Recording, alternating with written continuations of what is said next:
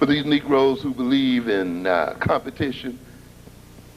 Capitalists are the most uncapitalistic people in the world.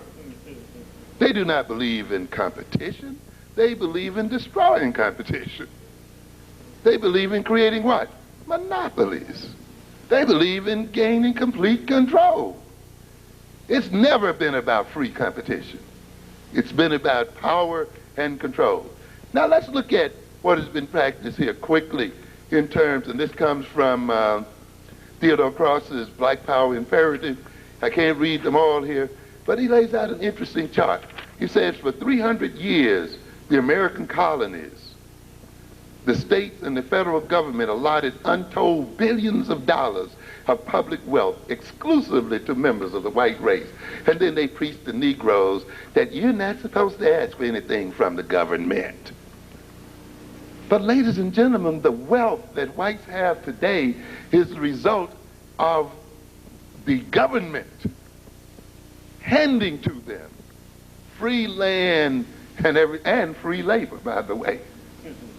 Not competition, not people washing dishes and saving pennies and, you know, buying this and that, but by people who use the government itself as a means of enriching themselves.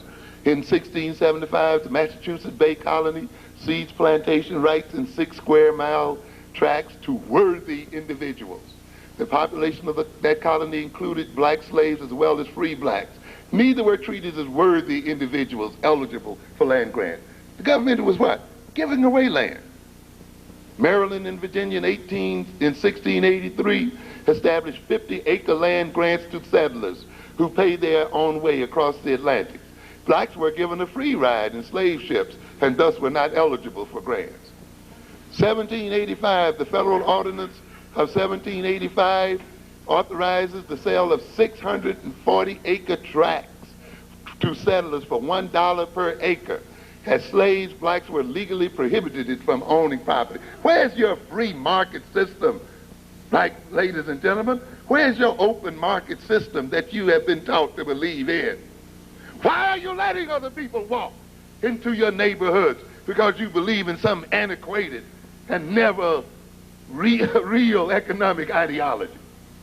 Because you're not taught the real history of America and not gained the real knowledge of America. Because you see, studying economic history and economics is a dull situation. You'd rather goose your neck in subway trains listening to music that hypnotizes you and drives you out of your mind.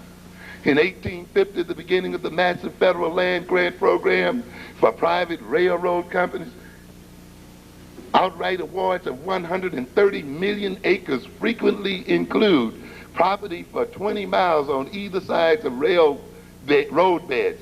Those lands later found to contain billions of dollars of petroleum and mineral reserves.